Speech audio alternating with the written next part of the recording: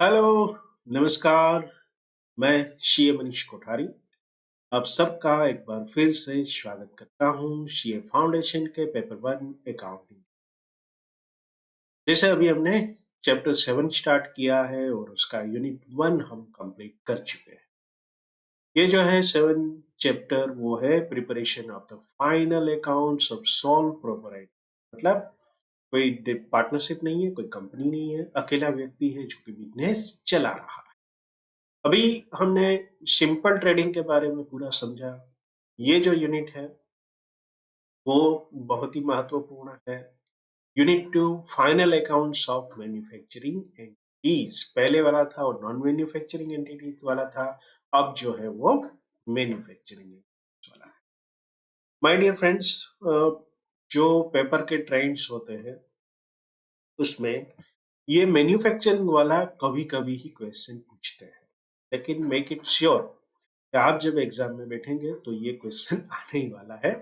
ऐसा समझकर इस यूनिट को आपको, क्योंकि हम यहाँ पर फाउंडेशन सीख रहे हैं। तो फाउंडेशन का सबसे महत्वपूर्ण चीज क्या है कि अगर यहाँ आपने कोई चीज छोड़ दी तो आगे जाके इंटर में और फाइनल में आपको बहुत परेशान करने वाला है।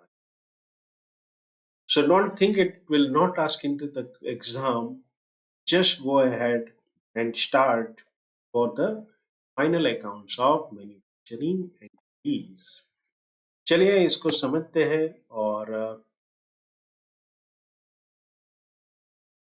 the manufacturing entities generally prepares a separate manufacturing account as a part of final accounts in addition to the trading account, P&L and balance sheet.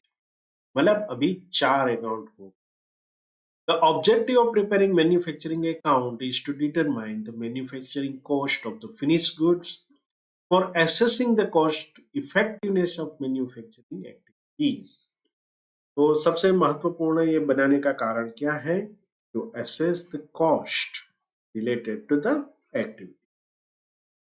Manufacturing cost of finished goods are then transferred from the manufacturing account to the trading account. तो ये अभी हम practical करेंगे तो आप इसको अच्छी तरह से समझेंगे। Trading account shows gross profit while manufacturing account shows cost of goods sold which include direct expenses. ये डायरेक्ट शब्द बहुत ही महत्वपूर्ण है। कोई भी सेलिंग एक्सपेंस है वो डायरेक्ट नहीं होता है तो वो इसमें पार्ट नहीं होगा। तो डायरेक्ट एक्सपेंस का मतलब क्या है? जैसे कि हमने इनवर्ट कैरेज हम लेते थे तो यहाँ पर भी इनवर्ट कैरेज आएगा। फिर मशीन का डेप्रिसिएशन है। देखिए कंपनी का पूरा डेप्रिसिएशन में कितनी चीजें रहेगी? आपकी ऑफिस का डेप्रिसिएशन भी होता है, लैपटॉप का यूज करते हैं उसका डेप्रिसिएशन होता है, कार होती है उसका डेप्रिसिएशन होता है। लेकिन मैन्युफैक्चरिंग में यूज किए गए मशीन को डायरेक्ट एक्सपेंस मानते हैं तो उसमें वो मैन्युफैक्चरिंग अकाउंट में वहां पर उसका अकाउंटिंग हो। Manufacturing account also deals with the raw material and work in progress, while the trading account will deal with the finished goods only. This is most important. Finish goods का अगर कोई figure दिया है तो वो कहाँ पर जाएगा? पहले तो ये समझ लीजिए कि तीनों चीज क्या है। मान लीजिए एक आपको अच्छा सा एग्जाम्पल देता हूँ। बालाजी वेफर्स, हालांकि Balaji wafers is a private limited company, लेकिन आप समझिए वो बनाते हैं पोटैटो चिप्स। तो जब वो पोटैटो परचेज करेंगे तो उसको हम क्या कहेंगे? Raw material. अब उन्होंने रॉ मटेरियल जो पोटैटोस था उसका प्रोसेसिंग स्टार्ट किया, वर्क इन प्रोग्रेस। प्रोसेसिंग में वो क्या करेंगे? इसको कटिंग करेंगे, फिर इस पर सैलिनेशन यानी कि नमक का प्रयोग करेंगे, फिर सुखाएंगे। तो ये सारी चीजें जो है during that time it is called working. Finally हम इसको क्या बोलते हैं? Finished goods. ये तो सिर्फ एग्जाम्पल है, लेकिन आप इसको अब कार में कन्वर्ट करिए। मान लीजिए कि मारुति सुजुकी कार है, तो क्या करेगी? अलग अलग चीजों जो है वो कंपनी मैन्युफैक्चर करती है। मान लो उन्होंने स्टील मंगाया और उनमें से कार का निर्माण करने के लिए फैक्ट्री में स्टील आ गया, तो इसे हम क्या कहेंगे? Raw material. अब इस स्टील का कास्टिंग वगैरह करके मॉड्यूल्स बनाए, अभी तक पूरी कार बनी नहीं है, सब कुछ तैयार है, इंजन का कवर या तो फिर डोर्स, पूरा बॉडी, टायर्स आ गए हैं, फिर इंजन के अलग अलग पार्ट्स आ गए हैं, तो वो सारी चीजें वर्क इन प्रोग्रेस में है। लेकिन जैसे ही कार बन गए, तैयार हो गई, तो इसे हम क्या कहेंगे? Finish goods. हमें याद क्या रखना है? फिनिश गुड्स को हम ट्रेडिंग अकाउंट में डील करेंगे, बाकी जो है वो हम raw material and work in progress manufacturing account. So that was the concept. अब पर्पस क्या है? The manufacturing account serves the following purpose. It shows the total cost of manufacturing. अगर ये क्वेश्चन में पूछा जाता है व्हाट इज द पर्पस, तो shows the total cost of the manufacturing the finish product and set out in detail with the appropriate classification. तो यहाँ पर ये क्यों जरूरी है क्लासिफिकेशन? तो ये पता चले कि अगर मान लो मुझे कॉस्ट कटिंग करना, कौन सी एरिया में मैं कॉस्ट कटिंग कर सकता हूँ। एग्जाम्पल के तौर पर हम बात करते हैं, कार का ही एग्जाम्पल लेते हैं। तो मान लीजिए कि कार जो है उसको मैन्युफैक्चरर को कॉस्ट कटिंग करना है, तो कहाँ कर सकते हैं? तो वो सोचेंगे कि अभी हम जिस मेटल से डोर बनाते हैं, अगर उसमें दूसरे मेटल का प्रयोग करके सेम चीज हमें क्वालिटी मिलती है लेकिन प्राइस कम है, तो वहां पर वो कॉस्ट रिड्यूस करते हैं। तो उस तरह से ये चीजें चलती रहती है। इट इज देयरफॉर, ये सारी चीजें कॉस्ट होती है, and it is therefore debited with the cost of material, manufacturing wages and expense incurred directly और इनडायरेक्टली टू द मैन्युफैक्चर। जो भी मैन्युफैक्चर के रिलेटेड डायरेक्ट कॉस्ट है, सारी चीजें कहां पर डेबिट होगी? Manufacturing account. It provides detail of the factory cost and facilitate reconciliation of the financial books with the cost record। तो ये कॉस्ट रिकॉर्ड जो है बहुत ही इंपॉर्टेंट है। बड़ी कंपनियां होती है तो उसको कॉस्ट ऑडिट अलग से करवाना होता है, उसको कॉस्ट के रिकॉर्ड्स भी अलग से मेंटेन करने होते हैं। It also serves as a basis of comparison of the manufacturing operation from period to period. तो कंपनियां ये देखती है कि भाई चलिए, कोई और एग्जांपल ले लीजिए, जैसे कि कोई अलग मैन्युफैक्चरिंग कंपनी का पर्पस ले लीजिए, मोबाइल की बात करें, तो ये देखेंगे कि पिछले साल हमने कितने में ये मोबाइल प्रोड्यूस किया था, इस साल ये नए वर्जन में हम कितनी अमाउंट पर कॉस्ट पर इसको प्रोड्यूस कर सकते हैं। Third thing, the manufacturing account may also be used for the various other purpose. For example, if the output is carried to the trading account at market price, it shows the profit or loss on manufacturing. Similarly, it may also be used to fix the amount of production linked bonus with such scheme are in force। बहुत सारी कंपनियां employees को incentive देने के लिए manufacturing unit के साथ ये लिंक करते हैं कि अगर मान लो कंपनी का टारगेट 10,000 यूनिट्स का है और सभी एम्प्लॉयज अच्छी कामगिरी करते हैं और 11,000 प्रोडक्शन करते हैं यूनिट्स का, तो सबको कुछ ना कुछ मैन्युफैक्चरिंग के रिलेटेड इंसेंटिव मिलता है। तो ये सारी चीज के लिए भी यूज होता है। अभी मैन्युफैक्चरिंग कॉस्ट को किस चीज में हम डिवाइड करेंगे? सबसे पहला और बड़ी अमाउंट होती है रॉ मटेरियल कंज्यूम। तो कोई भी चीज है उसके प्रोडक्शन में रॉ मटेरियल लगता है, प्लस डायरेक्ट मैन्युफैक्चरिंग वेजेस। ये वेजेस किस चीज का है? मैन्युफैक्चरिंग, मतलब वर्कर्स, फैक्ट्री वर्कर्स के लिए। डायरेक्ट मैन्युफैक्चरिंग एक्सपेंसेस, ये expenses is a wide area. इसमें फैक्ट्री रेंट भी आ जाएगा, या तो फिर आपका इलेक्ट्रिसिटी बिल भी आएगा, डेप्रिसिएशन भी आएगा, डायरेक्ट मैन्युफैक्चरिंग कॉस्ट जैसे हमने डेप्रिसिएशन की चर्चा की, इनडायरेक्ट मैन्युफैक्चरिंग एक्सपेंसेस भी आते हैं जो कि डायरेक्टली रिलेटेड नहीं है, लेकिन इनडायरेक्ट मैन्युफैक्चरिंग एक्सपेंसेस होती है। जैसे कि मान लो कि आपने परचेजिंग के लिए स्टाफ रखा है, तो वो 100% मटेरियल परचेस करते हैं, तो उनकी सैलरी को आप वहां पर अगर चाहो तो क्लासिफाई कर सकते हो। मैन्युफैक्चरिंग ओवरहेड्स, मतलब कि कुछ चीजें ऐसी होती है, फैक्ट्री रेंट है, फैक्ट्री चालू रहे बंद रहे लेकिन ये खर्चा चलता रहे, कुछ मिनिमम इलेक्ट्रिसिटी बिल्स आता रहता है। तो ये सारी चीजों को क्या कहते हैं, आपने सिक्योरिटी रखी है फैक्ट्री के लिए, तो वो सारी चीजें का जो खर्चा होता है उसे ओवरहेड्स बोलते हैं। तो ये सारी चीजों को मिलाकर जो बनेगा वो बनेगा total manufacturing cost. Now, raw material consumed is arrived at after adjustment of the opening and closing inventory of raw. मतलब रॉ मटेरियल कंज्यूम्ड का फिगर कैसे निकालेंगे, पहले ओपनिंग इन्वेंट्री होगी plus purchases minus closing of raw material. तो बहुत simple formula है। If there remains unfinished goods at the beginning and at the end of the accounting period, cost of such unfinished goods also termed work in progress, WIP भी बोलते हैं इसको, is shown in the manufacturing account। ये क्या ख्याल रखना है, trading account में सिर्फ फिनिश गुड्स होगा, WIP जो होगा वो मैन्युफैक्चरिंग में रिफ्लेक्ट होगा।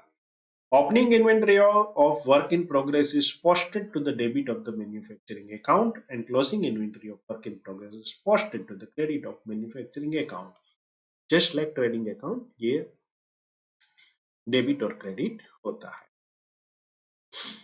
नाउ डायरेक्ट मैन्युफैक्चरिंग एक्सपेंस के बारे में कुछ और है, उसको समझ लेते हैं। Direct manufacturing expenses are cost other than the material और wages which are incurred for a specific product or sellable services। Example क्या है, रॉयल्टी फॉर यूजिंग लाइसेंस और technology if based on unique produce. उदाहरण के तौर पर, yes हाँ lunch time हो रहा है तो मुझे भूख लगी है, तो पिज्जा के बारे में सोचता हूँ। मान लो कि डोमिनो है। डोमिनो कंपनी कहाँ की है, निश्चित तौर पर ये फॉरेन कंपनी है, यूएसए से आई है, लेकिन वो क्या करती है, इंडिया में अपनी फ्रेंचाइजी देती है। अब मान लो मुंबई में वो फ्रेंचाइजी देती है, वो क्या करेगी, तो वो बोलेगी कि भाई चलो आप अपनी कुछ डिपॉजिट मुझे दो, 5 CR आपको डिपॉजिट रखना है, ताकि आप कुछ गड़बड़ करे तो मेरा नाम खराब हो तो मैं लिए आपके वो ये पनिश कर सकूं। तो ये डिपॉजिट आपको देना है। फिर आपको मेरे नाम और पेटेंट को यूज करने के लिए हर पिज्जा पर आप 100 रुपया मुझे दे, दैट इज कॉल्ड रॉयल्टी। तो ये एक एग्जाम्पल है, ऐसा नहीं भी हो सकता है, लेकिन इस तरह से बिजनेस चलता है। तो this is a direct manufacturing expense, okay. वो इनकर होता है लेकिन उसको आप सिर्फ अपने बैलेंस शीट पर सीधा डेबिट करोगे और डोमिनेस को पेमेंट करोगे। Higher charges of the plant and machinery used on hire if based on unit produced। चलिए इस कंसेप्ट को पहले समझ लेते हैं। हायरिंग का मतलब, कभी कभी क्या होता है कि बिजनेस के अंदर मशीनरी जो होती है वो बहुत ही कॉस्टली होती है।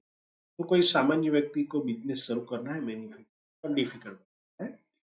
तो बिजनेस करने वाले क्या करते हैं, ये लेंडर्स होते हैं, या तो वो लोन लेंगे या तो फिर मशीनरी भाड़े, उसको हायरिंग कहते हैं।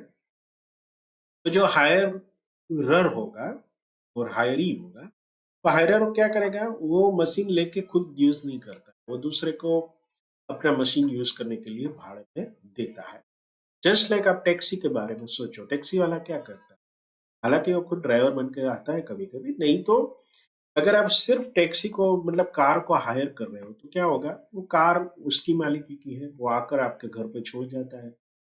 वो बोलेगा कि आप जो है हर किलोमीटर पर मुझे 10 रुपया देते हैं, ये लीजिए आपकी कार। तो दिस इज कॉल्ड हायरिंग। तो ये hiring charges of plant and machinery used on hire if based on unit produced. अगर इसमें ऐसी शर्त है कि भाई 10,000 यूनिट का प्रोडक्शन करते हो, मुझे 10 लाख रुपया देना है, तो इस तरह से आप इसको डायरेक्ट मैन्युफैक्चरिंग एक्सपेंस में ले जा सकते हो। When royalty or higher charges are based on the unit produced, these expense directly vary with the production। Yes, production नहीं होता है तो चार्जेस नहीं लगेगा, प्रोडक्शन 100 का हुआ तो उस हिसाब से लगेगा, 1000 का हुआ तो उस हिसाब से लगेगा। चलिए एक छोटा सा कैलकुलेशन है, calculate manufacturing cost. 1 lakh unit were produce in factory, per unit material cost was ₹10। So material cost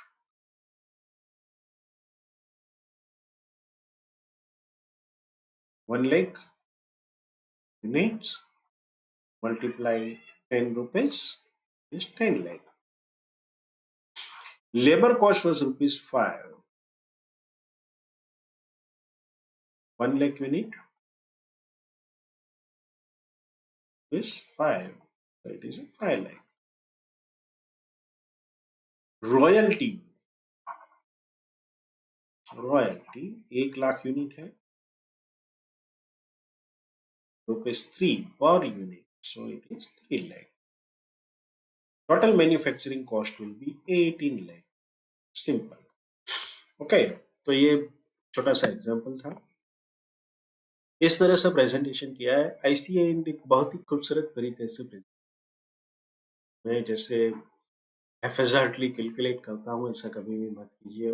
बाकायदा टेबल बनाइए, सारी चीजें अच्छी तरह से लिखिए, तभी जाके मार्क्स पूरे मिलेंगे। नहीं तो मार्क्स मिलेंगे लेकिन कम मिलेंगे। अब समझते हैं इनडायरेक्ट मैन्युफैक्चरिंग एक्सपेंसेस और overhead expenses. My dear friends, आपको बहुत सारी चीजें जब तक आप प्रैक्टिकल फील्ड में नहीं जाते हैं तो समझने में थोड़ी दिक्कत होती है। आपको क्या करना है, विजुअलाइजेशन करना। विजुअलाइजेशन का मतलब क्या है? तो भाई चलो आप एक कोई फैक्ट्री में चले गए। अभी सबसे बड़ी फायदा क्या है हमारे देश में और वर्ल्ड को, अभी यूट्यूब ने बहुत बड़ा प्रेजेंट दिया। कोई भी विजुअलाइजेशन पहले आपको खुद सोचना था, आप कुछ क्या करना है, सिर्फ यूट्यूब पर देखिए कि भाई कंपनीज को किस तरह के ओवरहेड एक्सपेंसेस लगते हैं। आपको ढेर सारे वीडियोस मिलेंगे और कंपनी के अंदर भी ले जाएंगे, वहां पे जो खर्चे वगैरह हो गए तो आप खुद उसको महसूस कर पाओ। ये करना क्यों जरूरी है? ये इसलिए कि accounting is very simple thing, बहुत ही सिंपल है। इसमें जैसे जैसे आप अपने एबिलिटीज यानी कि माइंड मेंटल मैप का यूज करोगे तो आप बहुत ही आसानी से हर एक सम को सॉल्व कर पाओगे। कुछ चीजें तो ऐसी होगी कि जो आपको लगेगी कि यार इतनी सिंपल चीजें होती हैं, लेकिन सब 8-10 चीजें एक साथ पूछते हैं तो सम बड़ा ही कुछ नहीं। तो चलिए, these are also called manufacturing overhead, production overhead, work overhead वगैरह वगैरह।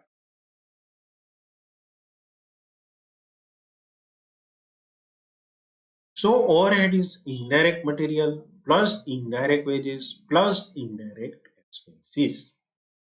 ये मैन्युफैक्चरिंग में हेल्पफुल होते हैं, लेकिन डायरेक्टली आप ये नहीं कह सकते कि ये मैन्युफैक्चर के कारण ही ये खर्चा हुआ है।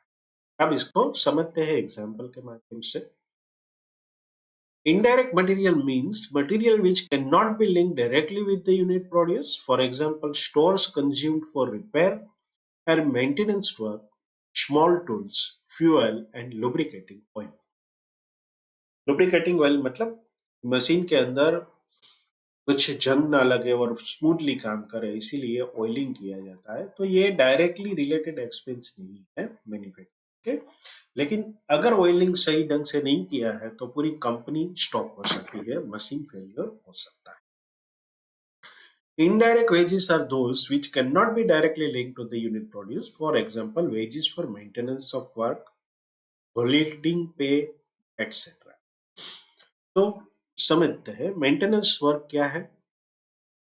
कि आपने फैक्ट्री जो है उसको एक दिन पूरी फैक्ट्री के मशीन को सफाई की, उसका क्लीनिंग किया, ऑयलिंग किया, चेक किया कि सही ढंग से चलता है कि नहीं चलता है, तो उसको मेंटेनेंस वर्क कहते हैं। उसके लिए जो लेबर्स रखे जाते हैं, उसको जो वेजेस देते हैं आप, तो that is indirect wages. Now, indirect expenses are those which cannot be directly linked to the unit produce. For example, training expense, depreciation of the plant and machinery, depreciation of the factory side, insurance premium for plant and machine, factory sites वगैरह। तो ये expenses ऐसे हैं कि machine के लिए आपने insurance लिया है, तो that is a indirect expense और इसे ओवरहेड भी। Accordingly, indirect manufacturing expenses comprises indirect material, indirect wages and indirect expense of the manufacturing division. चलिए आगे बढ़ते हैं। By products. बाय प्रोडक्ट्स क्या होता है कि बहुत सारी चीजें जब बनती है तो उसके अंदर कुछ ना कुछ चीजें रेसिडुअल बनती है जिसे आप अलग उसका इस्तेमाल कर सकते हो, इसको सेल कर सकते हो। मान लो कोई लोहे की चीजें बनती है तो उसका स्क्रैप निकलेगा, तो ये जो स्क्रैप निकलेगा उसकी कोई भी वैल्यू होती है, उससे भी आपको फंड पैसा मिल। In most manufacturing operation, the production of the main product is accompanied by the production of the subsidiary product, which has value on sale. For example, the production of hydrogenated vegetable oil is accompanied by the production of oxygen gas and production of steel yield scraps. मतलब vegetable हाइड्रोजेनेट vegetable oil, मतलब इसको artificial घी भी बोलते हैं। वो अगर बनाते हैं तो उसमें ऑक्सीजन जो है वो by product. The subsidiary product is termed as byproduct because its production is not consciously undertaken but result out of the production of the main product. इसको मैन्युफैक्चर नहीं करने के लिए हमने, मतलब मैन्युफैक्चर करने के लिए हमने नहीं सोचा था, but it is the benefit. It is usually very difficult to ascertain the cost of the product. कोई भी प्रोडक्ट की कॉस्ट को तय करना difficult. Moreover, it usually forms a very small percentage. मतलब कि मान लो कि आपने 100 रुपीज मेन प्रोडक्ट पे यूज किया है, आपकी बाय प्रोडक्ट हो सकती है 5 रुपए की, तो ये डिफिकल्ट है कि ये प्रोडक्ट बनाने में कितना खर्चा हुआ. By product is a secondary product. This is produced from the same raw material which are used for producing the main product and without incurring any additional expenses from the same production process in which the main production is produced. Some example of the byproduct are molasses is the byproduct in sugar manufacturing. Sugar manufacturing जब करते हैं तो उसमें sugar cane का use होता है, और sugar cane का जब यूज होगा तब जब उसको उनमें से रस निकाल लेंगे तो जो बाकी की चीजें बनती है उनमें से कुछ ना कुछ प्रोसेस करके मोलासिस बनाया जाए. दूसरा एग्जांपल है butter milk is the by product of A dairy which produces butter and चीज. तो बटर मिल्क माने छाछ. तो अगर कोई बटर बना रहा है तो छाछ जो है ऐसे ही मतलब बन जाएगी, इसे बाय प्रोडक्ट कहते हैं. Byproducts generally have insignificant value as compared to the value of the main product. They are generally valued at net realizable value. NRV पे मतलब NRV का मतलब क्या है? जो भी मार्केट में से आपको प्राइस मिलेगा less expenses, so it is called net realizable value. If their cost cannot be separately identified, it is often treated as other operating income, but the correct treatment would be to credit the sale value of the byproduct to the manufacturing account so as to reduce to that extent the cost of the manufacturing of main product. Great. चलिए Amul the taste of India butter बना रहा है और butter milk बन गया. Butter की price क्या होगी? 500 पर KG.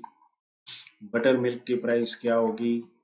Hardly 20 rupees per litre. लेकिन ये अमाउंट कहाँ पर क्रेडिट होनी चाहिए? जो बटर की मैन्युफैक्चरिंग कॉस्ट है उसके सामने क्रेडिट देनी है, ताकि पता चले कि बटर एग्जैक्टली कितनी अमाउंट पर मैन्युफैक्चर हुआ है. Design of the manufacturing account. There is a no standardization design for the presentation of the manufacturing account. नीचे जो दिया गया है उसमें अलग अलग चीजों का संकलन किया है. आइडियली ऐसा होना चाहिए, लेकिन जो चीजें आपको लागू होगी वही इसको लेनी है. मेरी रिक्वेस्ट ये है कि इसको 4-5 बार पढ़ लीजिए ताकि जब आप एग्जाम्पल सॉल्व करने बैठे तो इसमें से कोई छूट ना. चलिए इसको स्टडी करते हैं. इसको हमेशा यूनिट्स साथ में दिया जाता है, ये कॉलम जो है वो ज्यादा है यूनिट्स वाले, इसको ख्याल रखना। सबसे पहले होता है रॉ मटेरियल कंज्यूम्ड, उसमें opening inventory, add purchase, less closing inventory. ये किसकी बात है? Raw material. फिर डायरेक्ट वेजेस, डायरेक्ट एक्सपेंस, इसे प्राइम कॉस्ट कहेंगे। फिर factory overheads, royalty, hire charges, indirect cost, depreciation, factory cost. By product at the net realisable value अगर कोई है तो उसको क्रेडिट करना है। क्लोजिंग वर्क इन प्रोग्रेस देना है। By trading account, cost of production. Opening work और प्रोग्रेस है तो उसको डेबिट करेंगे, क्लोजिंग को क्रेडिट करेंगे।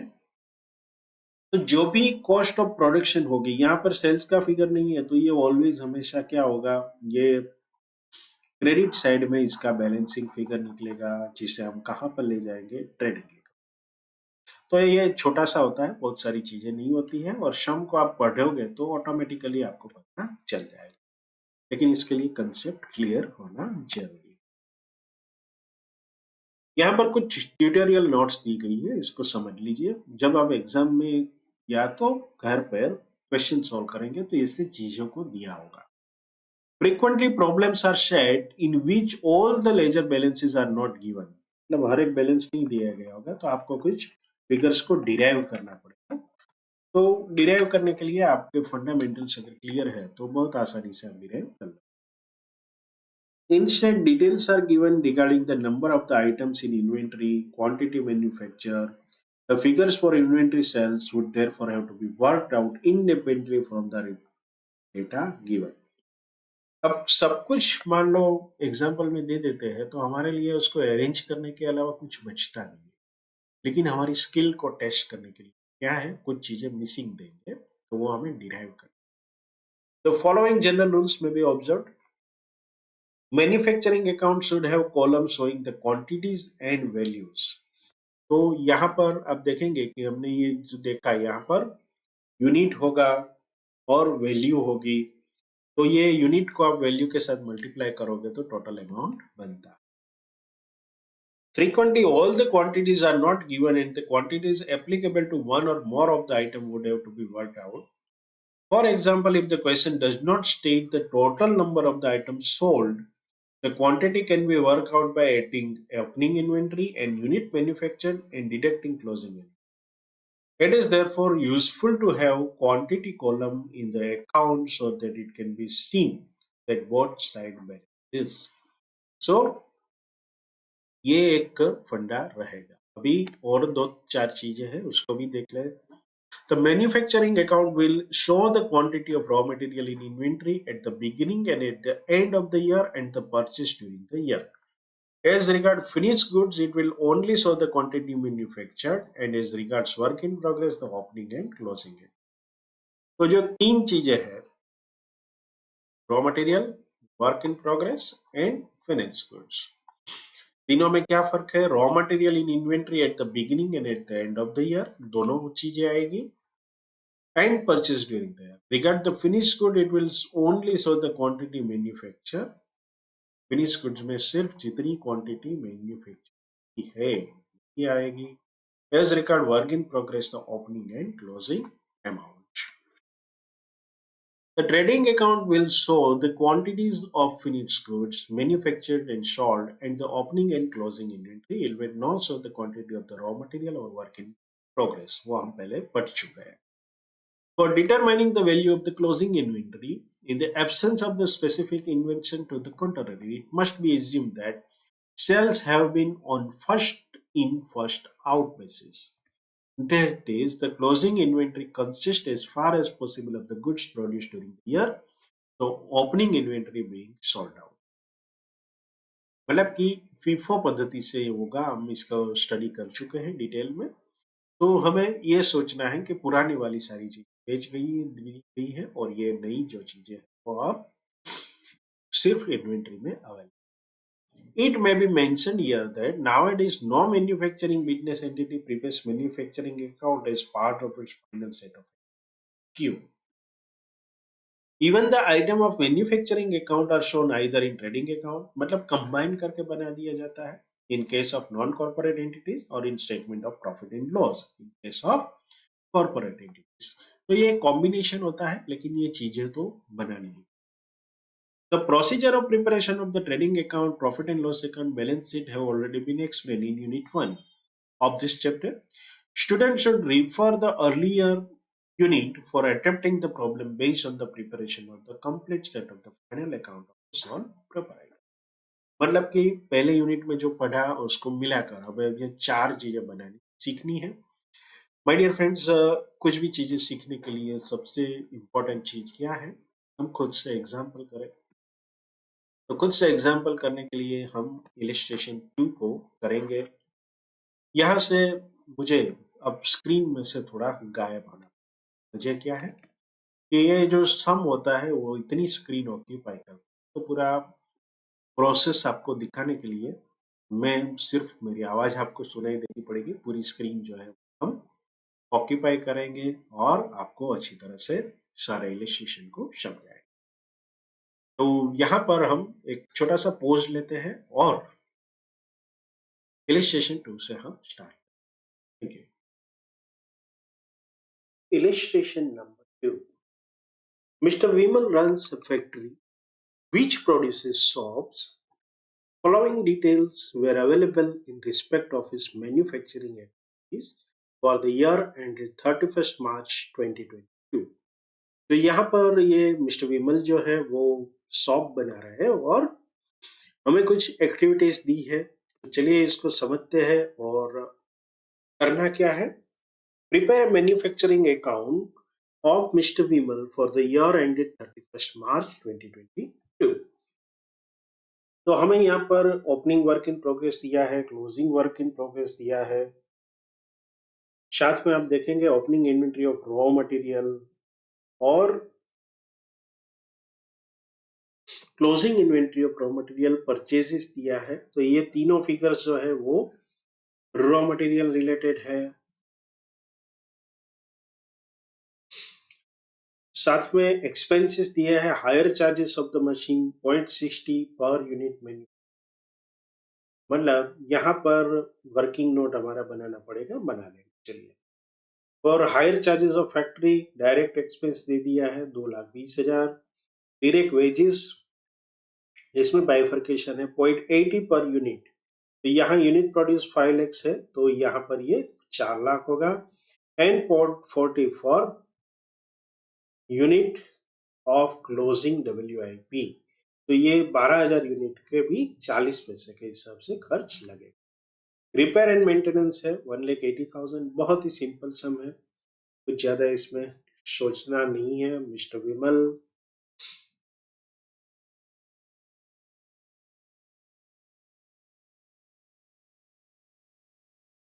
March 31, 2022. Yes, light trading account इसकी भी शुरुआत हमेशा स्टॉक से होगी. यहाँ पर एक इम्पोर्टेंट चीज क्या है कि ये जो हम बनाते हैं उसमें हमेशा हम शुरुआत जो है वो हमारी कहाँ से होगी? या तो वर्क इन प्रोग्रेस से या तो फिर रॉ मटेरियल जो भी अवेलेबल है वो. तो वर्क इन प्रोग्रेस हमें दिया है 10,000 यूनिट्स और अमाउंट दी है 60,000. तो टू ओपनिंग WIP यूनिट कितने बताया है? 10,000. अमाउंट है 60,000. क्लोजिंग स्टॉक है WIP है वर्क इन प्रोग्रेस. यूनिट है 12,000. अमाउंट है 20,000. चलिए अब आते हैं हमारे रॉ मटेरियल पर. To raw material consumed. Raw material consumed की सिंपल फॉर्मूला है ओपनिंग इन्वेंट्री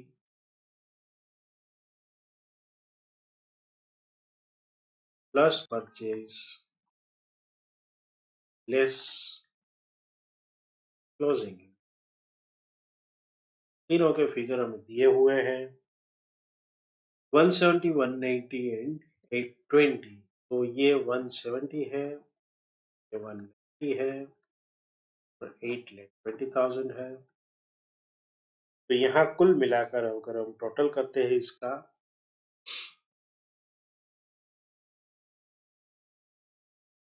990 से में से 190 जाएगा तो 8 lakh rupees is the consumption of raw material unit. यहाँ पर कुछ नहीं दिया है इसमें, तो छोड़ दे।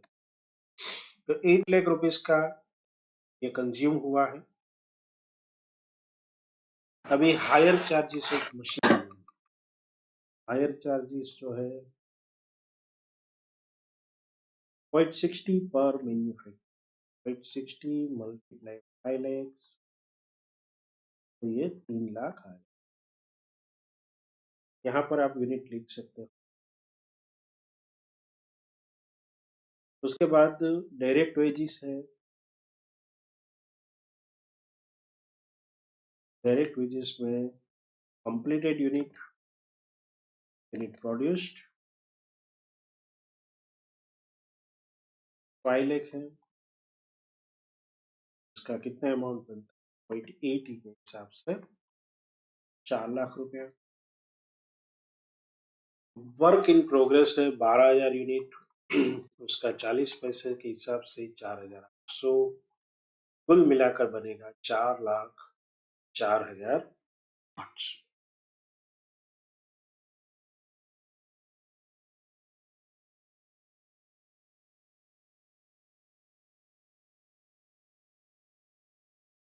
चलिए आगे कुछ बाकी है तो देख लेते हैं। Repair and maintenance 1,80,000। और एक चीज छुटी हुई है, hire charge of the factory. So hire charge factory 2,20,000, repair and maintenance 180,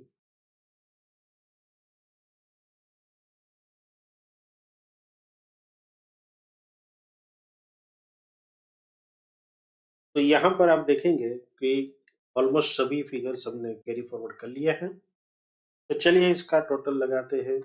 16,000 plus 8 lakh plus 220 plus 3 lakh 404,800 plus 180, ये होता है 19,20,000।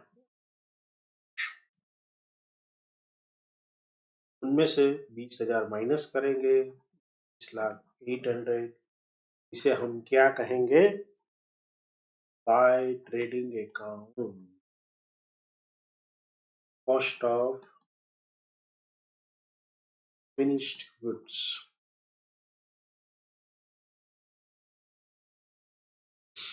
तो ये कॉस्ट ऑफ फिनिश गुड्स बना, इसका यूनिट कितना हुआ 5। So how this manufacture account is prepared. चलिए इसका प्रेजेंटेशन देख लेते हैं। ये यहाँ पर आप देखेंगे 5 लाख और 19,800। वर्किंग नोट जैसे हमने डायरेक्टली बना लिया था ये दोनों। So this was about the our second illustration.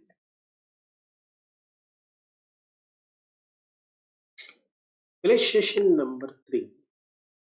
On 31st March 2022, the trial balance of Mr. White were as follows. तो इसमें बहुत सारी जानकारियां हैं, हम पहले दूसरा हिस्सा पढ़ लेते हैं। The following additional information is available. चलिए क्या इंफॉर्मेशन है। एक तो ये इंफॉर्मेशन है कि रॉ मटेरियल का क्लोजिंग स्टॉक, तो ये हमारा मैन्युफैक्चरिंग में जाएगा। फिनिश गुड्स ट्रेडिंग अकाउंट में जाएगा। सेमी फिनिश गुड्स जो है 7,800 मैन्युफैक्चरिंग अकाउंट में जाएगा।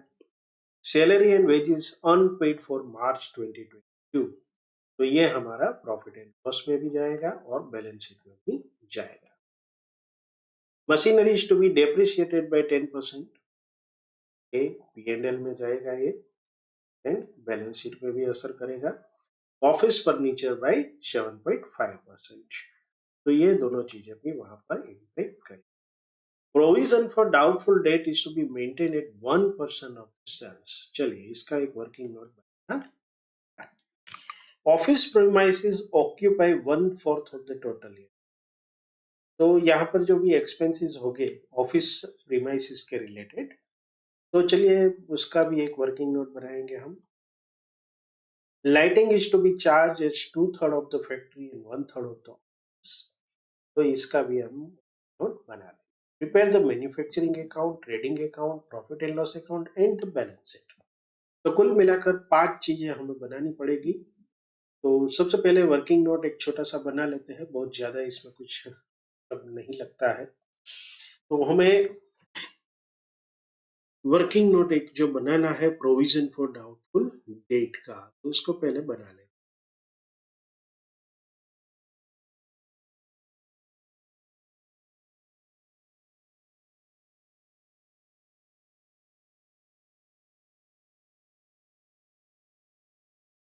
It is 1% of sales amount. Sales amount कितनी है, चलिए देखते हैं।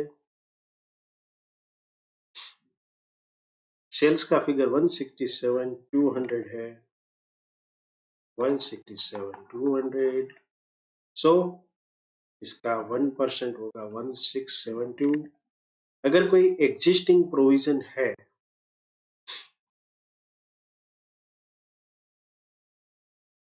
तो उसको भी देख लेते हैं।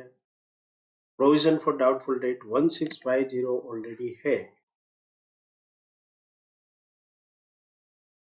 तो नया जो बनेगा वो सिर्फ 22 रुपये का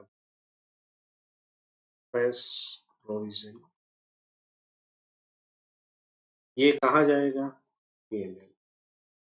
ये अमाउंट पूरी की पूरी कहाँ जाएगी, बैलेंस शीट। ओके, चलिए साथ में यहाँ पर कुछ दिया हुआ है उसको भी देख लेते हैं। Office premises 1/4 of the total area.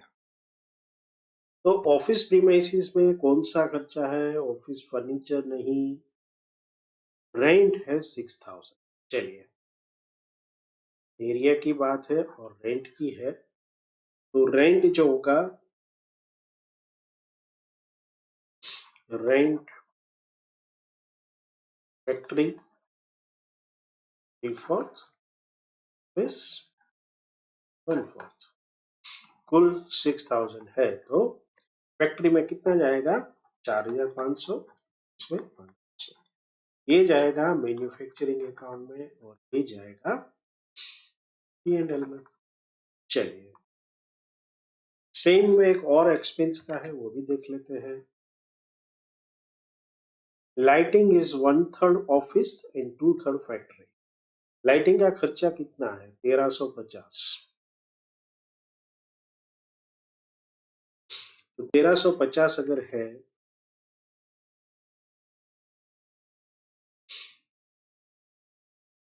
तो फैक्ट्री का 2/3 एंड ऑफिस का 1/3, तो ये 450 होगा और ये 900 होगा। ये जाएगा मैन्युफैक्चरिंग अकाउंट में, ये जाएगा P&L में। बस इतना हमें ध्यान रखना है। बाकी जो है अब हम आते हैं हमारी मेन स्क्रीन के ऊपर, और कुछ छुटा है तो देख लेंगे बाद में। डेप्रिसिएशन एक गिनना होगा, तो डायरेक्टली हम गिन सकते हैं और वर्किंग नोट भी बना सकते हैं। दो जगह पर आउटस्टैंडिंग सैलरी एंड वेजेस है, उसका मार्किंग कर लेते हैं। वेजेस अनपेड है 2000 and salary 900।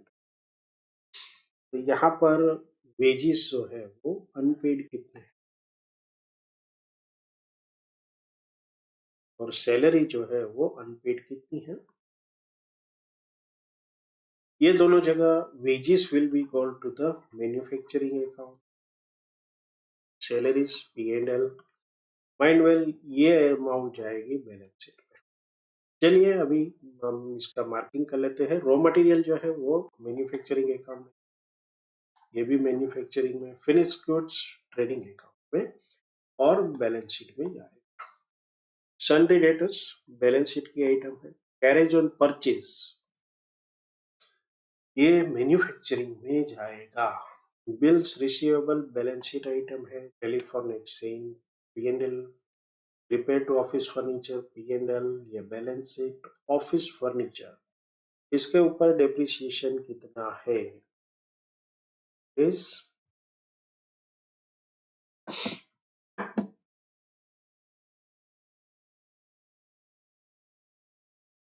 Machinery 10%, office furniture 7.5%।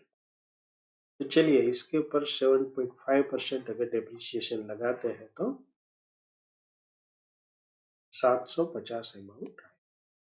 तो ये 750 P&L में जाएगा और बाकी का बैलेंस शीट में। रिपेयर टू प्लांट है वो मैन्युफैक्चरिंग एक्सपेंस है। परचेजेस जो है वो मैन्युफैक्चरिंग में जाएगा। ये रॉ मटेरियल परचेज की बात हो रही। प्लांट एंड मशीनरी पर 10% on 7,000 इज द डेप्रिसिएशन। ये डेप्रिसिएशन जाएगा मैन्युफैक्चरिंग अकाउंट में क्योंकि प्लांट एंड मशीनरी पर बाकी की बैलेंस शीट पर। रेंट का बाइफर्केशन हमने कर लिया, इसमें मैन्युफैक्चरिंग और P&L दोनों जाएंगे। लाइटिंग की बात हो गई, जनरल एक्सपेंस जनरल है इसीलिए P&L। अभी क्रेडिट साइड पे आते हैं, सन्टी क्रेडिटर्स। यहाँ पर हमें सेल्स के ऊपर प्रोविजन बना, तो ये प्रोविजन हमने बना लिया, उसका वर्किंग नोट भी डाल दिया है। बैलेंस शीट आइटम है, बैलेंस शीट आइटम है। सेल ऑफ स्क्रैप मैन्युफैक्चरिंग में क्रेडिट हो। कमीशन रिसीव्ड P&L में होगा। प्रोविजन फॉर डाउटफुल डेट्स माइंडवेल, यहाँ पर हमने 22 रुपए की अमाउंट जो निकाली थी वो जाएगी पे, क्योंकि 1650 का बैलेंस पड़ा हुआ। कैपिटल अकाउंट, बैलेंस शीट, या trading account, bank overdraft set. चलिए इतना बाइफर्केशन के बाद कुछ सोचना नहीं है, मैन्युफैक्चरिंग अकाउंट अभी बना रहे हैं। सबसे पहले स्टार्ट करते हैं ऊपर से, रॉ मटेरियल्स की से शुरुआत। तो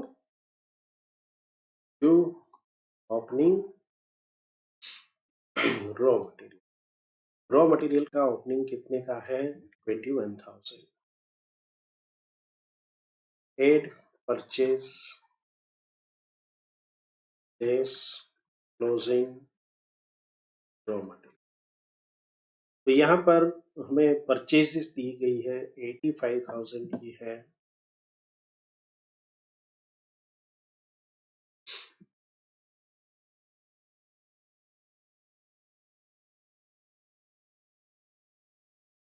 इसका क्लोजिंग बैलेंस निकाल लेते हैं। क्लोजिंग बैलेंस जो है वो कितने का है रॉ मटेरियल का 16,200। चलिए WIP का क्लोजिंग स्टॉक भी लिख लेते हैं, वो है 7,800।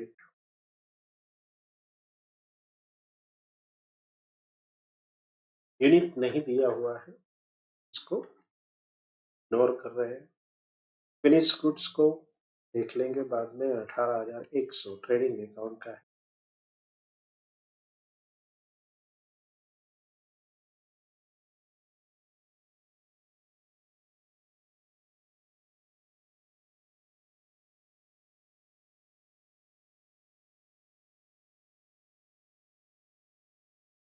चलिए तो ये हो गया हमारा ओपनिंग स्टॉक। आगे बढ़ते हैं। Work in progress 9,500।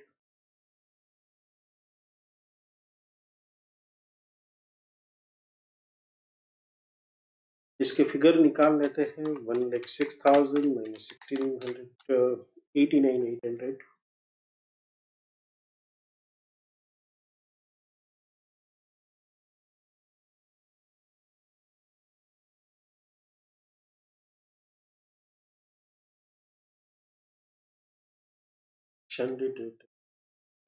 Carriage is on purchase 15,100।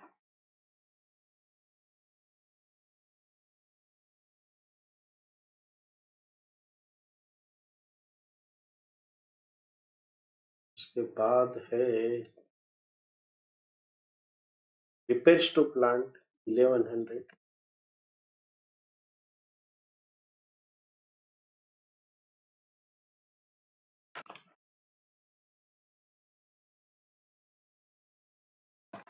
Plant and machinery का डेप्रिसिएशन 7,000 है।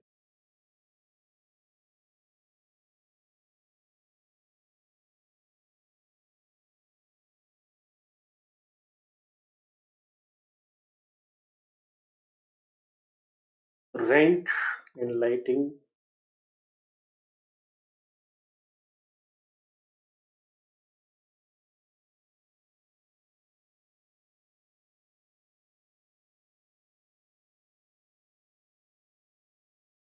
इसके लिए हमने वर्किंग नोट बनाया है, वर्किंग नोट को देख लेते हैं। रेंट में 4,500 और लाइटिंग है उसमें 900।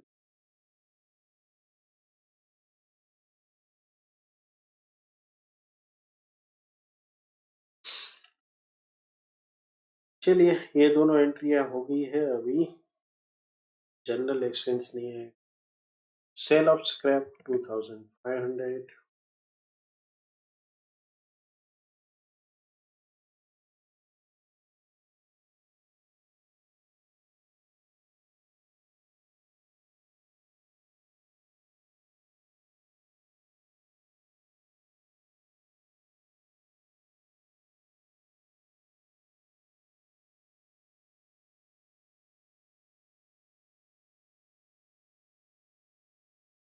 तो यहाँ पर हमारा मैन्युफैक्चरिंग अकाउंट जो है वो ऑलमोस्ट कंप्लीट हो गया है। इसलिए टोटल लगा लेते हैं।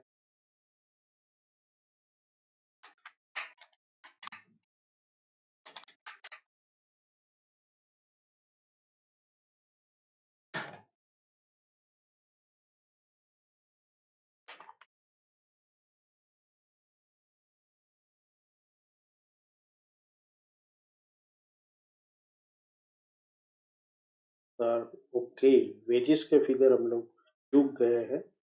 कुल मिलाकर 1,500, 15,000 वेजेस नोट करने हैं। इसका टोटल बनेगा 129,300। 129,300 में से माइनस करेंगे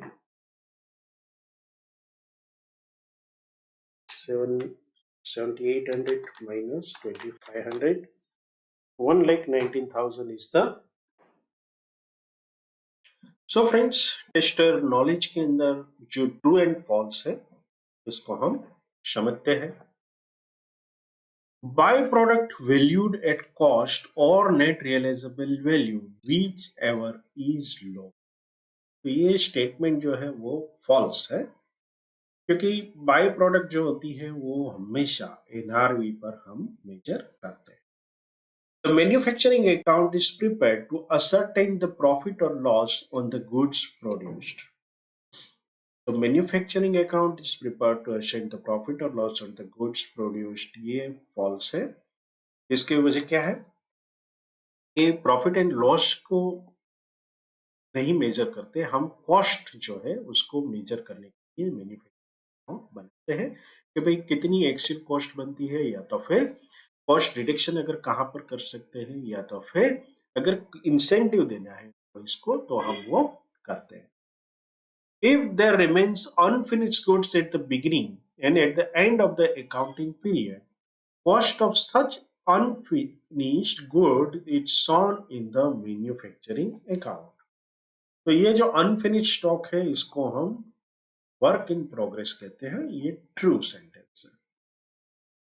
fourth one, raw material consumed is opening inventory of raw material plus purchases minus closing inventory of raw material। तो ये बिल्कुल सही है और आपको इसको अच्छी तरह से याद रखना है। Fifth one, the trading account will show the quantities of the finished goods, raw material and work in progress. तो ये बिल्कुल गलत है। ये सिर्फ फिनिश गुड्स को दिखाएगा। Raw material and work in progress जो है वो मैन्युफैक्चरिंग अकाउंट का हिस्सा है। Sixth one, overhead is defined as total cost of direct material. चलिए ये डायरेक्ट नहीं, direct wages and direct expenses ये मैन्युफैक्चरिंग एक्सपेंसेस होते हैं। ये सारी चीजें ओवरहेड वाली इनडायरेक्ट होती है। तो ये एक false statement. Seventh one, manufacturing account is prepared by an enterprise engage in trading activities. ये तो बिल्कुल गलत है। ये मैन्युफैक्चरिंग अकाउंट वाले बनाते हैं, ट्रेडिंग एक्टिविटी वाला सिर्फ ट्रेडिंग अकाउंट बना। चलिए, नवंबर 2008 में 2 मार्क्स के लिए पूछा गया प्रश्न, if closing stock appears in the trial balance.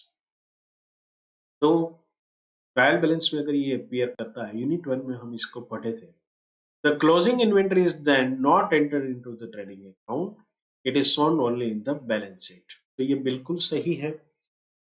ये हम इसका एग्जाम्पल भी कर चुके हैं। True, if closing stock appears in the trial balance, it indicates that it has already been adjusted with the purchase and it will be shown in the balance sheet. Ninth one, the provision for bad debt is debited to the sundry debtor account. False. ये दिसंबर 21 में 2 mark के लिए पूछा गया था।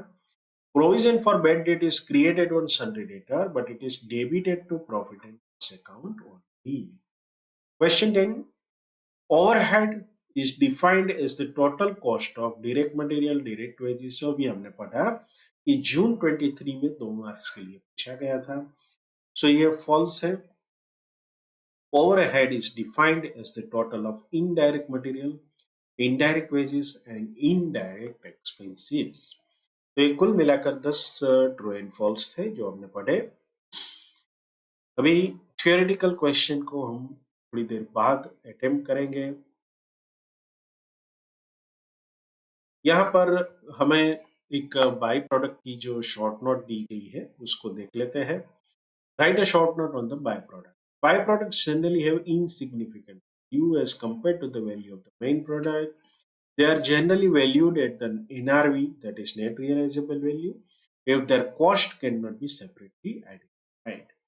It is often treated as a miscellaneous income, but the correct treatment would be to credit the sale value of any byproduct to manufacturing account so as to reduce to the extent the cost of the manufacturing product. Okay.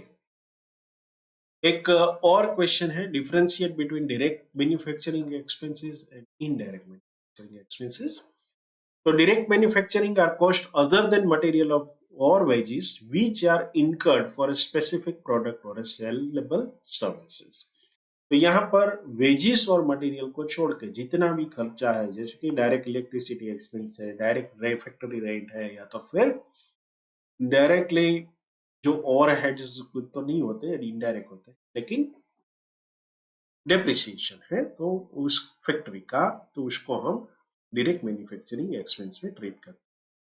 Indirect manufacturing expenses are also called manufacturing overheads, production overhead, work overhead. Overhead is defined as the total cost of indirect material, indirect wages and indirect expenses।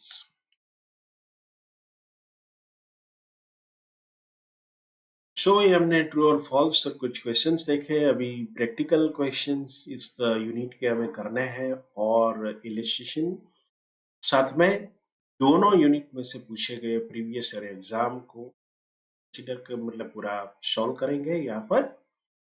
तो चलिए start करते हैं। Thanks for your patience. Practical question number 1. Mr. Pankaj runs a factory in which produces motor spares of export quality. The following details were obtained about his manufacturing expense for the year ended March 2022. Work in progress है। चलिए ये पढ़ते पढ़ते ही साथ में हम बनाते जाएंगे। You are required to prepare manufacturing accounts of Mr. Pankaj for the year ended। चलिए सिर्फ एक अकाउंट बनाना है, बहुत ही छोटा सा क्वेश्चन है। तो सबसे पहले यहाँ पर मैन्युफैक्चरिंग अकाउंट जो है किसका बनाना है, 2022 का। इसके नाम पे है मिस्टर पंकज।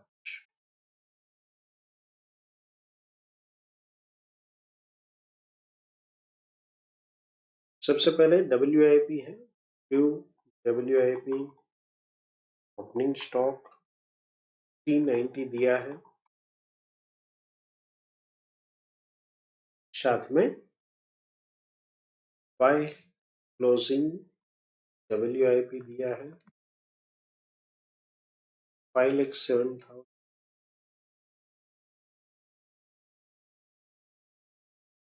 यूनिट नहीं दिया है तो हम इसको स्किप कर रहे हैं।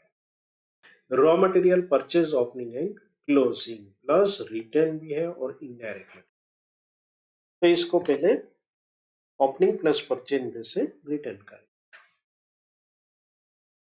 सो टू रॉ मटेरियल ओपनिंग कितना है 3,02,000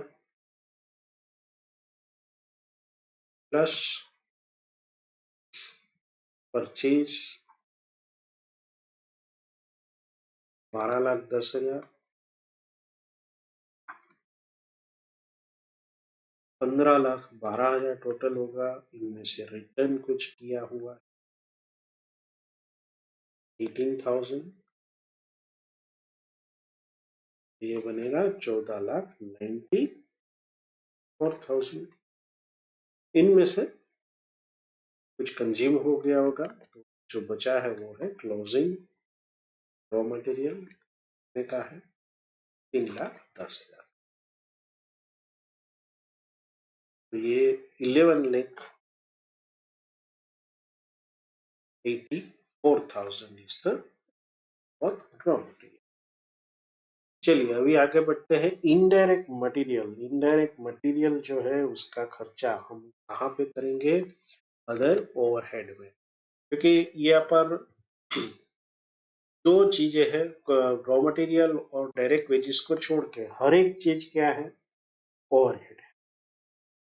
तो direct expenses and indirect expenses जो है उसको आपको बाइफर्केशन अगर कर सकते हैं तो कर देना है एग्जाम में। तो हम यहाँ पर ओवरहेड थोड़ी सी और जगह पर छोड़कर, तो चलिए नेक्स्ट पेज ले लेते हैं। सो ओवरहेड,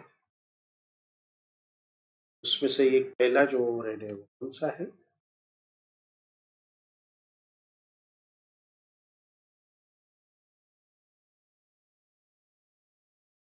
इनडायरेक्ट मटेरियल जो है वो है 16,000।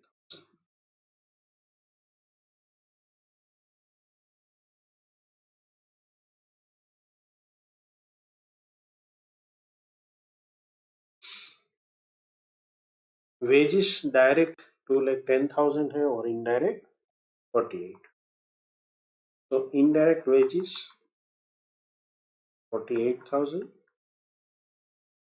डायरेक्ट वेजिस इसकी अमाउंट कितनी है 2,10,000।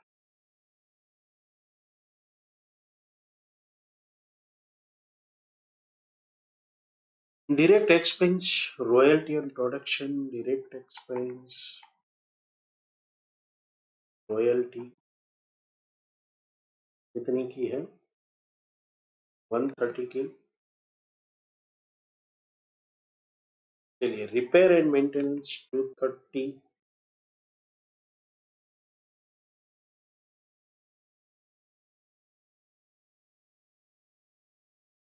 रिपेयर एंड मेंटेनेंस हमने देखा था कि ये इनडायरेक्ट एक्सपेंसेस होते हैं, ये ओवरहेड में जाएगा।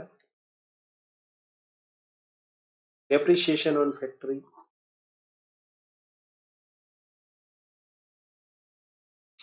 60,000 है और प्लांट एंड मशीनरी मतलब कुल मिलाकर 1,00,000 है। Factory plant and machinery 40,000 plus 60,000। By product selling price 20,000। चलिए इसको हमें क्रेडिट करना है, ये क्रेडिट कर देते हैं।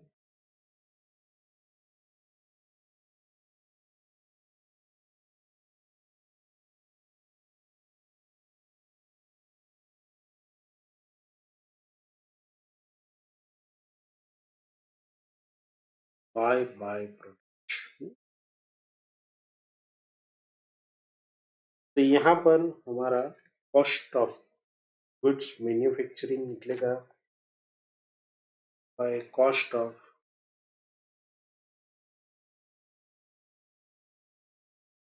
finished goods transfer to P&L। चलिए टोटल कर लेते हैं।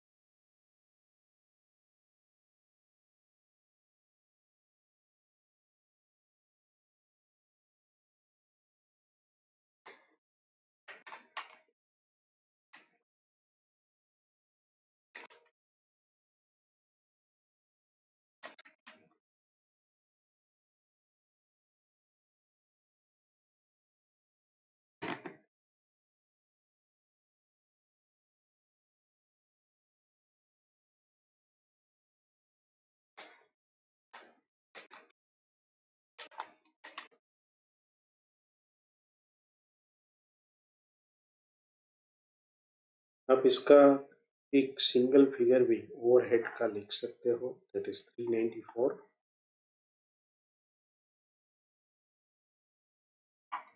कुल मिलाकर जो एक्सपेंस हुआ है वो है 3,08,000। ये 23,08,000 में से हम दो चीजें माइनस करेंगे जो कि अगले पेज पे है। 5,07,000 प्लस 20,000। तो ये जो हमारे पास बचता है वो कितना अमाउंट बचता है? 17,81,000।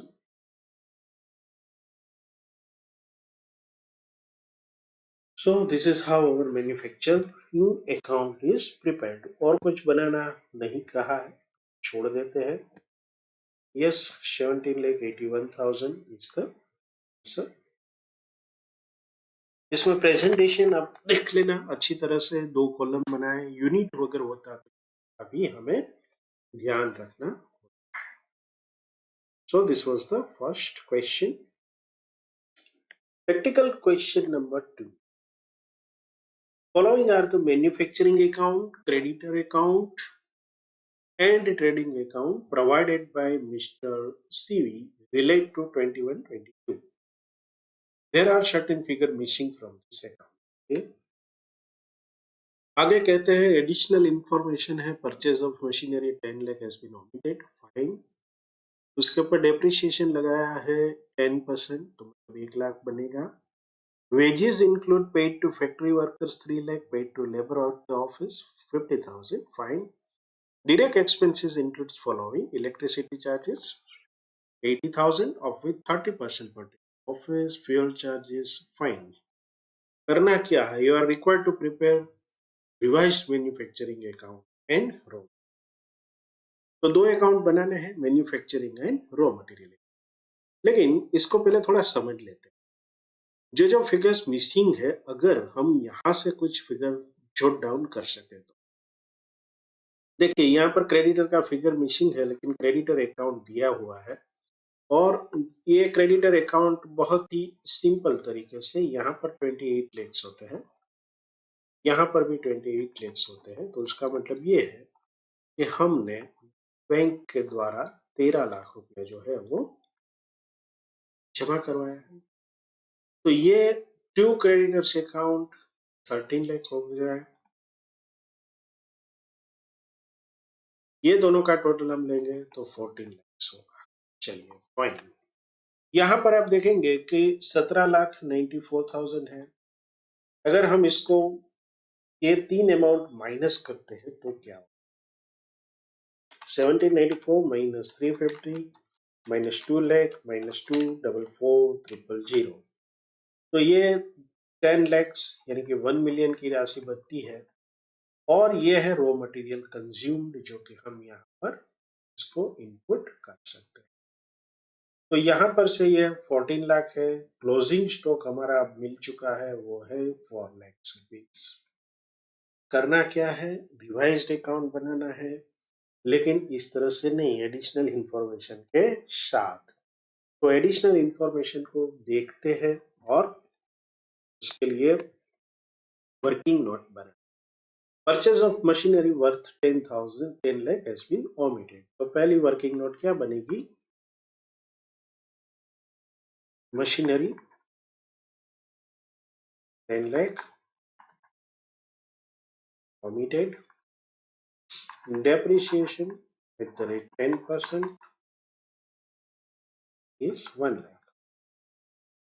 तो यहाँ पर जो मैन्युफैक्चरिंग अकाउंट है ऑलरेडी, उसमें डेप्रिसिएशन जो है उसमें प्लस हो जाएगा 1 लाख। चलिए दूसरी वर्किंग नोट पे आते हैं।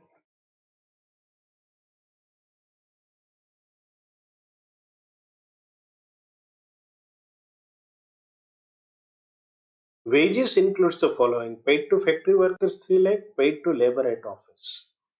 तो ये wages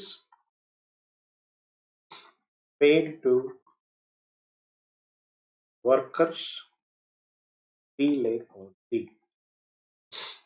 तो यहाँ पर हम जो हमारी मेन स्क्रीन है उस पर -50,000 कर देंगे, क्योंकि ये फिगर हमें कितना लेना है,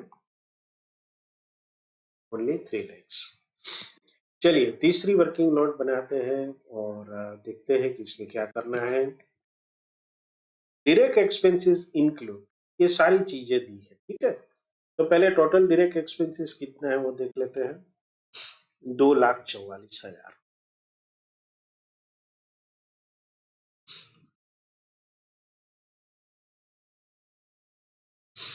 ये 2,44,000 है। अभी इसमें electricity 80,000,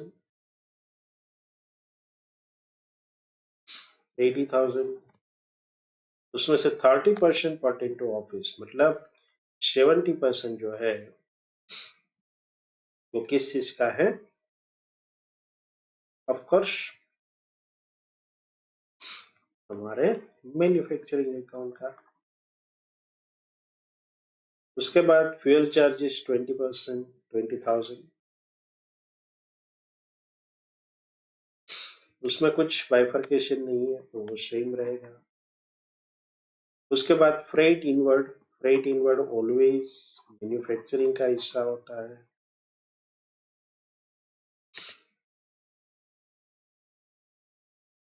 delivery charges to customer, delivery charges जो है वो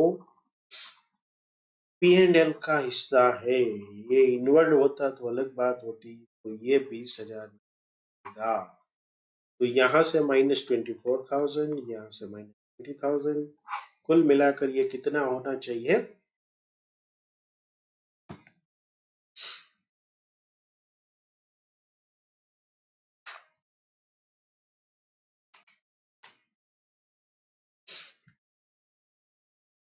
ओके। बाकी की जो विगत नहीं दी है तो हमें सिंपली इससे दो आइटम माइनस करनी है, 24 एंड 20। सो हमारा डायरेक्ट एक्सपेंस होगा 2 लैक्स ओनली।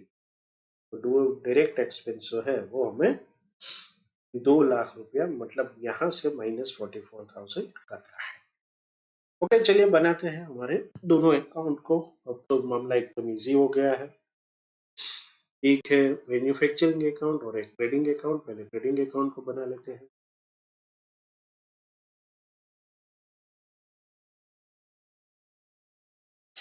इसमें बेसिकली हमें ट्रेडिंग अकाउंट ऑलरेडी हम बना चुके हैं, तो सिर्फ कॉपी ही करनी है। ओपनिंग,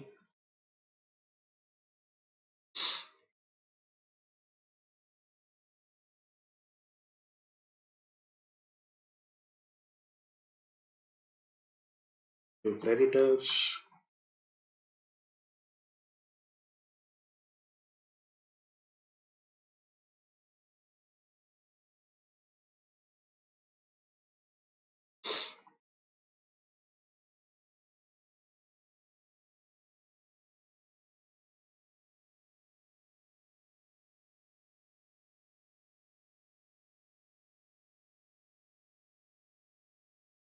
चलिए आते हैं मैन्युफैक्चरिंग एक्सपेंस पर। इस पर भी हमें सिर्फ कॉपी ही करनी है क्योंकि हमने वर्किंग ऑलरेडी कर दिया है।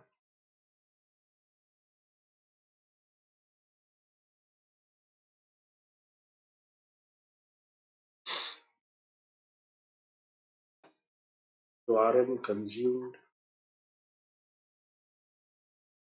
10 lakhs, वेजिस वेजिस में 3 लाख बचेगा, 50,000 हमने माइनस कर दिया है। डिप्रिशिएशन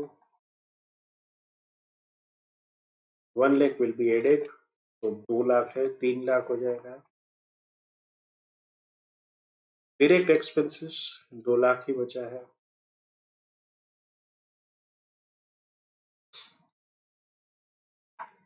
कुल मिलाकर 18 लाख रुपया है जो कि ट्रांसफर होगा ट्रेडिंग अकाउंट में। That is cost of manufacturing. एक बहुत ही सिंपल सम था। तो पूछा क्या था? पूछा था कंसेप्ट आपके क्लियर है या? So this is how the prepared. इसमें वर्किंग नोट ज्यादा इंपॉर्टेंट थी और आपने कंसेप्ट ज्यादा महत्व